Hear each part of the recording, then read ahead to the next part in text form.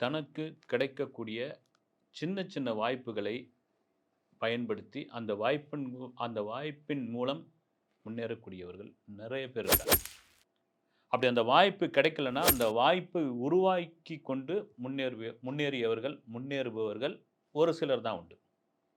இல்ல முதல்ல சொன்னது என்னன்னா, இந்த கிடைக்கிற வாய்ப்புன்னு இருக்கு இல்லைங்களா? அந்த வாய்ப்பை மிக புத்திசாலித்தனமாக, சாமர்த்தியமாக பயன்படுத்திக்கணும். இது எத்தன பேருக்கு வாய்க்கும்னு தெரியாது. அதுக்கு முக்கிய காரணம் என்னன்னா, அது அதன் பால் உள்ள ஆர்வம் தான். நீங்க எந்த தொழில் எடுத்தாலும் சரி, எத எத பத்தி இது பண்ணாலும் சரி, முதல்ல வரது ஆர்வம் தாங்க. ஃபர்ஸ்ட்டு ஆர்வம் தான். அதுக்கப்புறம் உழைப்பு. அந்த உழைப்பு வந்து கொஞ்சம் அந்த உழைப்புல வந்து உடனே பலன் கிடைக்காது. அதுக்காக சோர்ந்தும் போயிடக்கூடாது. அதுக்கான விடாமுயற்சி. இத காலகாலமா வெற்றி பெற்றவர்கள் எல்லாரும் சொல்லிக்கிட்டு ஒரே ஒரு விஷயம். இன்னொரு வெற்றியாளர்களுக்கு ஒரு முக்கியமான விஷயம் என்னன்னா, எதையுமே தள்ளி போட மாட்டாங்க. நீங்க ஜெயிச்சவன பூரா பாருங்க. காப் மேயருடைய ஒரே ஒரு சின்ன தத்துவத்த மட்டும் சொல்லிட்டு நான் வீடியோக்குள்ள போறேன் நானு. காப் மேயர் என்ன சொல்றாருன்னா, எதையுமே வந்து நெனச்ச உடனே ஒண்ணு செஞ்சுருங்கன்றாரு. நீங்க வந்து ஒரு தபால் எழுதுறீங்க. ஒரு ஒரு லெட்டர் ஒண்ணு எழுதுறீங்க. அந்த லெட்டர் எழுதி முடிச்சுட்டு, அத ஒட்டி போஸ்ட் ஆஃபிஸ்ல எடுத்துட்டு போய் போஸ்ட் பாக்ஸ்ல போடணும்னு முடிவு பண்ணி, வீட்டு கேட்டாண்ட வந்து நிக்கிறீங்க. வந்த உடனே தான் தோணுது, ஆஹா! இன்னைக்கு சண்டே. என்ன அப்படின்ட்டு வந்து ஆனா தயங்காதீங்க. போங்க. மண்டே எப்படியா இருந்தாலும் அந்த பாக்ஸ்லேருந்து லெட்டர் எடுத்து தானே ஆவணும். போயிட்டு நாளைக்கு மண்டே போட்டுக்கலாம்னு பண்ணாதீங்க. கிளம்பிட்டீங்கல்ல, போங்க. அந்த பாக்ஸ்ல போய் போட்டுட்டு வாங்க. இல்ல அந்த போஸ்ட் ஆஃபிஸ்ல போய் ஸ்டாம்ப் வாங்கணும்னு முடிவு பண்ணிட்டீங்க. ஒரு ஒரு லெட்டர் வாங்கணும்னு முடிவு பண்ணிட்டீங்க அப்படின்பொழுது, அங்க சண்டேன்னு உங்களுக்கு வீட்டு வாசல்ல தோணுதுன்னா, தயவுசெய்து போஸ்ட் ஆஃபிஸையாவது போய் தொட்டுட்டு வாங்கன்றாரு. இதுக்கு காரணம் என்னன்னா, அதை பழக்கப்படுத்துறது வந்து. ஒரு வேலையை நீங்க தள்ளி போட அது வந்து 10 மடங்கு வேலையாக மாறும் அது. உங்களுக்கு சுமையாக மாறும். சரி நேரடியா விஷயத்துக்கு வரேன். அந்த வாய்ப்பை எப்படி ஒரு மனிதன் பயன்படுத்திக்கிட்டான், அந்த வாய்ப்பை வச்சு அவன் எப்படி முன்னேறினான் அப்படின்றதுக்கு நெறைய கதைகள் உண்டு. ஒரு லைவான ஒரு சம்பவம். மூணாரை சேர்ந்த ஸ்ரீநாத். இவரு என்னன்னா +2 வரைக்கும் படிச்சிருக்காரு. இவர் வந்து ரயில்வேல கூலி தொழிலாளியாக, தினக்கூலி தொழிலாளியாக இவருக்கு வந்து ஒரு வேலை கிடைக்குது. அதுவும் வந்து எர்ணாகுளம் ரயில்வே ஸ்டேஷன்ல கிடைக்குது. ரயில்வே வந்து கூலியா செய்றாரு. வர ட்ரெயின் எல்லாம் போயிட்டு, சுமை தூக்கும் தொழிலாளியா, "நான் தூக்குறேம்மா, குடுக்கறதுக்கு குடுங்க." அப்படின்னு எந்த ரேட்டும் வந்து அவர் கட்டாயப்படுத்துறதில்ல. ஆ அடாவடி பண்றதில்ல. நீங்களே ஒரு ரேட் சொல்லுங்கன்றாரு. இப்ப அந்த அந்த பொட்டிய தூக்குனா ரூ. 50ன்னு வச்சுக்கங்க. ரூ. 20 குடுக்குறேன்னாலும் தூக்கிறாரு அவரு. ரூ. 50 குடுக்குறனாலும் தூக்கிறாரு. பார்கெயின் பண்ணல அவருக்கு. பண்ணா வந்து அவங்க நான் தூக்கி வச்சுன்னு போயிர்றோம் தல மேல அப்படின்னு நெனச்சுருவாங்களோன்னு. அப்படி தூக்கிட்டு போயிட்டு சில பேர் மனசாட்சி கேட்காம, ஐய்யய்யோ! நம்ம கம்மியா கட்டுனதால ஒத்துக்கிட்டாரேன்னு சொல்லி, அதுக்கான நிஜமான தொகையும் குடுத்துருக்காங்க. அதனால வந்து அந்த ரயில்வே ஸ்டேஷன்ல ஸ்ரீநாத் எங்க இருக்காரு? அந்த பாரம் தூக்குறவர், பொட்டி தூக்குறவர் எங்க இருக்காரு? அப்படின்னு தேடுற அளவுக்கு அந்த பயணிகள் மத்தியில் பிரபலம் ஆவுறாரு. இதுக்கு காரணம் என்னன்னா, இந்த தொழிலுடைய நேர்மை, அதனுடைய நேர்த்தி. பொதுவா அந்த பேரம் பேசுறவங்ககிட்ட நீங்க போயிட்டு, அ பார்கெயின் பேசுறவங்ககிட்ட நீங்க வாதம் பண்ணீங்கன்னு வச்சுக்கங்க, பெரும்பான்மை ஆட்களுக்கு பிடிக்கவே பிடிக்காது. டக்குன்னு ஒத்துக்கிட்டாலும் அவங்களுக்கு ஒரு சந்தேகம் வரும் வந்து. "ஐய்யய்யோ! ரொம்ப அதிகமா கேட்டோமோ!" அப்படின்னு அது. அதுலயும் ஒரு சிக்கல் இருக்கு. ஆனா ஸ்ரீநாத் அத பத்திலாம் கவலையே படல. அப்படியும் சில பேர சந்திக்கிறாரு வந்து. "இந்த பொட்டி தூக்குறதுக்கு எவ்வளோ? ரூ. 100 குடுங்க." அப்படின்னு. "ரூ. 100 ரூ. 50 வாங்கிக்கப்பா." "சரி வாங்கிக்கிறேங்க." இன்னொன்னு இறக்கி வந்த பிறகு, "ரூ. 50 கொஞ்சம் அதிகமா இருக்குது வந்து. ரூ. 40 தான் தருவேன். சரி குடுங்க." இது மத்த சுமை தூக்குற தொழிலாளர்கள கொஞ்சம் கடுப்பா தான் ஆவுது. "என்னய்யா நீ வந்து என்ன வந்து உடல் உழைப்ப போடுற? அவங்களால தூக்க முடியலன்னு தானே வந்து உன்ன தூக்க சொல்றாங்க வந்து. ஒரு ஃபிக்ஸ்டான ஒரு கூலிய வந்து ஏன் பேச மாட்டேன்ற நீ? தூக்குனா தூக்க மாட்டோம். விடு." அப்படின்னு அவங்க சொல்றாங்க. ஆனா ஸ்ரீநாத்துக்கு என்னன்னா, அவரை நம்பி ஒரு குடும்பம், ஒரு திருமணமான மனைவி, இது வந்து ஒரு சொற்ப வருமானம். ட்ரெயின் வந்து வரும். சில சமயம் பேசஞ்சர் இல்லாம வரும். சில சமயம் அதிகப்படியா வரும்.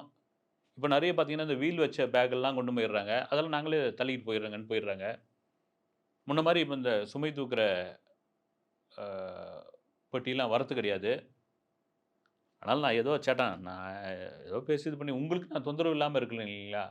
இப்ப நீங்க பேசுனீங்கன்னா, நான் அங்க குடுக்க வரதே இல்ல. நான் வந்து S6ஓ, S7ஓ இல்ல அது வந்து ஏதோ ஒரு ஏசி பெட்டியோ, நான் அதில போயிட்டு நான் இது பண்ணிக்கிறேன்.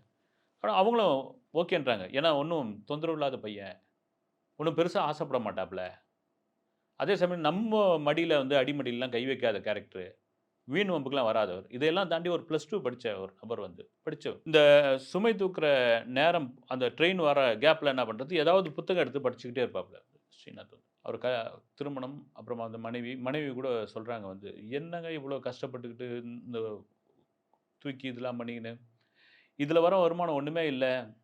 இப்ப எங்க அண்ணன்லாம் வந்து கல்ஃப்ல இருக்காங்க. இன்னொருத்தர் வந்து வெளியூர்ல இருக்காங்க. நீங்க போய் அங்க வொர்க் பண்ணுங்களேன்" அப்படின்றாங்க. இல்ல எனக்கு அதில பெரிய விருப்பம் இல்ல. நான் பிறந்த இந்த கேரளா, இந்த மண்ணுல, இங்க எனக்கு என்ன வேலை கிடைக்குமோ, இங்க இல்லாத வேலையே கிடையாது. எனக்கு கிடைச்ச வேலை போதும். இந்த சுமை தூக்குற வேலை இல்லன்னா, நான் போய் ஒரு விவசாயி போய் ஒரு மண்ணுல போய் ஏதாவது ஒரு வேலை செய்வேன் நானு. ஒரு மலைக்காட்டுல ஏதாவது ஒண்ணு இது பண்ணுவேன். ஏதாவது ஒரு வேலை செய்வேன். ஆனா நான் வந்து என் பூமிய விட்டு நான் போக மாட்டேன். அப்படின்றாரு. ஓகே அப்படின்னு ஒத்துக்கிறாங்க. அப்புறம் ஒரு குழந்தை பிறக்குது. அந்த குழந்தை பொறந்த பிறகு இன்னும் செலவுகள் அதிகமாகுது இல்லைங்களா? குழந்தைக்கு பால் டீன் வாங்கணும், அது வாங்கணும், இது வாங்கணும், தடுப்பூசி போடணும், வைத்தியத்துக்கு கூட்டு போணும். இப்ப என்ன பண்றாரு எக்ஸ்ட்ரா வொர்க் பண்ண ஆரம்பிக்கிறார் வந்து. இப்போ 8 மணி நேரம் அப்படின்னா, இரவெல்லாம் கூட அவர் வந்து ட்ரெயினுக்காக வெயிட் பண்ணிட்டு இருக்காரு. மத்த சக தொழிலாளர்கள்லாம் திட்டுறாங்க வந்து. "யோவ் உடம்புல ரத்தம் இருக்கிறதுக்காக நீ பாட்டுன்னு வேலை செஞ்சுடுற. அப்புறம் ரத்தம் சொட்டி போச்சுன்னா, நாங்கலாம் பாரு கம்மியா வேலை செய், கம்மியா வேலை செய்யணும்." "இல்ல நான் கம்மியா வேலை செஞ்சா எப்படி? எனக்கு இந்த வருமானம் போதல." அப்படின்ட்டு. இந்த இடையில இந்த புத்தகம்லாம் படிச்சுட்டு இருக்காரு. அது அவங்களுக்கு ரொம்ப பிடிக்குது. சில பேர்லாம் பார்த்துக்கிட்டு போறாங்க. சில பேர்லாம் அவங்களுக்கு தேவையான நாவல்ஸ் இதெல்லாம் குடுக்குறாங்க வந்து. ஸ்ரீநாத் கிட்ட படிக்க குடுக்குறாங்க. அதெல்லாம் படிக்கிறாப்புல. ஒரு கட்டத்துக்கு அப்புறம் வந்து அவர் என்ன பண்றாரு, முக்கியமா இந்த தொழில் பெரிய லாபமே கிடையவே கிடையாது வந்து. பெரிய வருமானமே கிடையாது. அதனால் இதிலிருந்து ஏதாவது ஒண்ணு நம்ப வேற தொழிலுக்கு மாறலாம் அப்படின்போது முடியல. ஏன்னா இதில பழக்கப்பட்டாச்சு. உங்களுக்கு ஒரு வேலையில பழக்கப்பட்டாச்சு. அந்த வேலையில வந்து ஒரு ஒரு ஒரு உறுதியான ஒரு வருமானம் வந்துகிட்டே இருக்குது. அந்த வருமானத்திலேருந்து நம்ம தப்பக்கூடாதுன்னு அவர் முடிவு பண்ணிக்கிறாரு. முடிவு பண்ற நேரத்தில் தான் அப்பொழுது இந்தியா முழுக்க ரயில் நிலையங்களில் வைஃபை கனெக்ஷன் குடுக்குறாங்க வந்து. மத்திய அரசு வந்து. இந்தியா முழுக்க ரயில் நிலையங்களில், முக்கிய ரயில் நிலையங்களில் நீங்க வைஃபை யூஸ் பண்ணிக்கலாம். பயணிகள். பாஸ்வேர்ட் போட்டு யூஸ் பண்ணிக்கலான்னு. இங்க தான் ஸ்ரீநாத்துக்கு ஒரு சின்ன ஒரு பொறி தட்டுது. நாம ஏன் மேற்கொண்டு எக்ஸாமுக்கு படிக்கக்கூடாது? அது என்ன எக்ஸாம் வந்து? கேரள அரசு நடத்துற தேர்வாணையம். இங்க நம்ம டிஎன்பிஎஸ்சி இருக்கு இல்லைங்களா? அது மாரி. கேரள அரசு நடத்தக்கூடிய அந்த தேர்வாணையத்திற்கான எக்ஸாம நம்ம ஏன் படிக்கக்கூடாது? அந்த எக்ஸாம் படிக்கிறதுக்கு புக் வாங்குறதுக்கு ஒரு வழி இல்ல.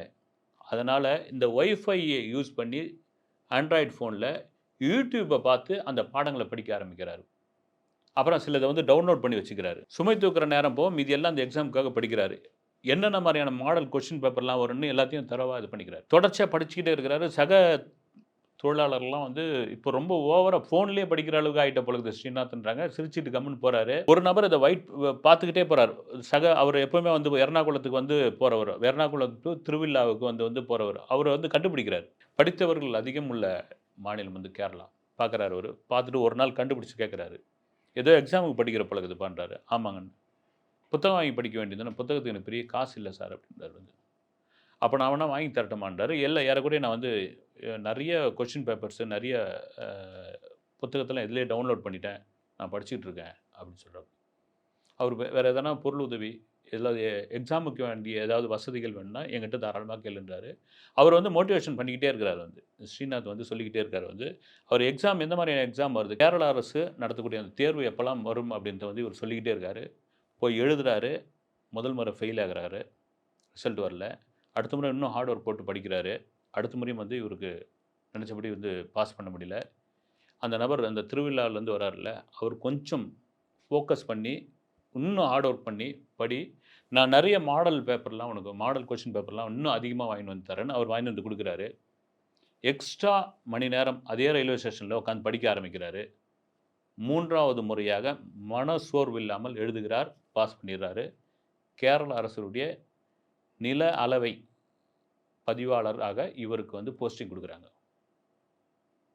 எப்படி அதாவது வந்து எனக்கு வாய்ப்பு கிடைக்கல, எனக்கு யாரும் கை தூக்கி விடல, என்னை யாரும் கண்டுக்கல. இந்த மாதிரியான பதில்கள் தான் நெறைய இடத்துல கேட்டுக்கிட்டே இருக்கோம்.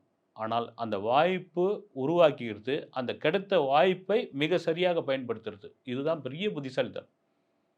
நான் பெருமைக்காகவே சொல்ல இந்தியாவில் உள்ள பல பகுதிகளில் உயர் அதிகாரிகளாக இருப்பவர்கள் பார்த்தீங்கன்னா, கேரளத்துக்காரர்கள் தான். மலையாளிகள் தான். அது நான் இதுக்காக சொல்லல நானு. என்னன்னா, உங்களுக்கு வந்து அங்க நீங்க தோட்ட பயிர் பயிர் வைக்கிற ஒரு பூமியே கிடையாது அங்க. அங்க தொழிற்சாலைகள் கிடையாது. வேற வழி கிடையாது. அதனால தான் பார்த்தீங்கன்னா, கேரளாவுல இருக்கிற மலையாளிகள்லாம் வந்து நெறைய அந்த கல்ஃப் கண்ட்ரிக்கு போறது, இங்க வந்து டீ கடை வச்சிருக்கிறது, பொழைக்கிறதுக்கு வேற தேசம் போறவங்க தான் அவங்க வந்து. ஆனா வீடெல்லாம் பார்த்தீங்கன்னா, பெரிய பெரிய வீடு கட்டி வச்சிருப்பாங்க அவங்க. வருஷத்துக்கு ஒரு முறை வந்து 1 வாரம் இருந்து தங்கிட்டு அந்த வீட்லாம் பார்த்துட்டு, சுத்தி பார்த்துட்டு, பராமரிச்சுட்டு அவங்க போவாங்க வந்து. அப்படி இருக்கிற ஒரு இடத்தில் அவர்கள் தான் எப்பவுமே வந்து நீங்க ம் அ ஒரு இலங்கையில் போர் நடக்குது. போரில் அகதிகளாக ரொம்ப வசதி குறைஞ்சவங்க. இந்த தேயிலை தோட்டத்தில வேலை பார்க்குறவங்கலாம் தமிழகத்துக்கு வந்து அகதிகளா வந்தாங்க. கொஞ்சம் படித்தவர்கள், வசதி உள்ளவர்கள்லாம் யூரோப், கனடாவுக்கு போனாங்க. அங்க போன உடனே என்ன ஆயிப்போச்சு, உங்களுக்கு ஆட்டோமேட்டிக்கா ஒரு ஃபோர்ஸ் வந்துருங்க வந்து. அங்க குளிர் -40 டிகிரில அங்க இருக்கிறவனே 5 மணி நேரம் தான் வேலை செய்வான். இங்கேருந்து போன ஈழத்தமிழர்கள் 12 மணி நேரம் வேலை செஞ்சாங்க. அவர்கள் முன்னேறுனது மட்டும் இல்லாம, அந்த நாடும் வந்து பொருளாதார ரீதியாக முன்னேறுச்சு. அதனால தான் நார்வே, கனடாலாம் வந்து அந்த ஈழத்தமிழர்களுக்கான பேச்சுவார்த்தைகள், அமைதி பேச்சுவார்த்தைக்கு அவங்கலாம் வந்து வாலண்டியர்ஸா வந்தாங்க வந்து. இங்க நார்வேலலாம் வந்து பொறுப்புலாம் இருக்காங்க வந்து. இது சொல்றதுக்கான காரணம் என்னன்னா, எங்கு நமக்கான வசதிகள் இதுவா இருக்குதோ, எங்கு பொழைக்க முடியலையோ, வெளியூர்ல வரோமோ, அவனுக்கு வந்து இன்செக்யூர் குணம் அதிகமா இருக்கும். ஜெயிக்கணும், போராடணும் அப்படின்னு. அதப்போல தான் வந்து ஸ்ரீநாத்திற்கு எப்படியாவது இந்த சுமை தூக்குற தொழிலை விட்டுவிட்டு, ஒரு அரசு வேலை வாங்கணும் அப்படின்னு முடிவு பண்றாரு. வாங்கியாச்சு. இருக்காரு.